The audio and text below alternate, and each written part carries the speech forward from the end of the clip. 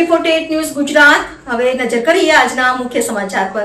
સુરત જિલ્લામાં મેઘરાજાએ ધમાકેદાર બેટિંગ કરતા છેલ્લા 24 કલાકમાં અનેક તાલુકાઓમાં નોંધપાત્ર વરસાદ વરસ્યો છે।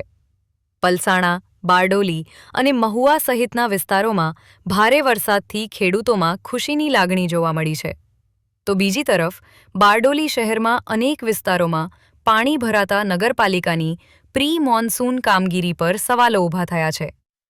સુરત જિલ્લામાં છેલ્લા 2-3 દિવસથી સતત વરસાદી માહોલ જોવા મળી રહ્યો છે। છેલ્લા 24 કલાક દરમિયાન જિલ્લાના મોટાભાગના વિસ્તારોમાં સાર્વત્રિક વરસાદ નોંધાયો હતો, જેના કારણે વાતાવરણમાં ઠંડક પ્રસરી ગઈ છે। ખાસ કરીને પલસાણા, બારડોલી અને મહુવા પંથકમાં સારો વરસાદ વરસતા ખેડૂતોમાં ખુશીની લાગણી જોવા મળી રહી છે। વરસાદના કારણે વાવેતર અને ઊભા પાક માટે અનુકૂળ પરિસ્થિતિ સર્જાતા કૃષિ ક્ષેત્રને રાહત મળી છે।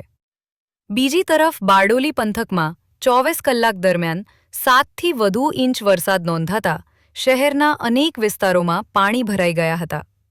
સમરિયા મોરા, દીપનગર, આરટીઓ નજીક, સુરતી ઝાપા સર્કલ અને ધુલિયા ચોકડી સહિતના વિસ્તારોમાં જળબંબાકાર જેવી સ્થિતિ સર્જાઈ હતી, જેના કારણે સ્થાનિક લોકોને ભારે હાલાકીનો સામનો કરવો પડ્યો હતો। વરસાદી પાણી ભરાવાની સમસ્યાને પગલે બારડોલી નગરપાલિકાની પ્રી મોન્સૂન કામગીરીની પોલ ખુલ્લી પડી હોવાનું સ્થાનિકોમાં ચર્ચાઈ રહ્યું છે। અનેક વિસ્તારોમાં પાણી ભરાતા પાલિકા તંત્ર પણ સ્થળ પર દોડી આવ્યું અને પાણીના નિકાલ માટે કામગીરી હાથ ધરી હતી।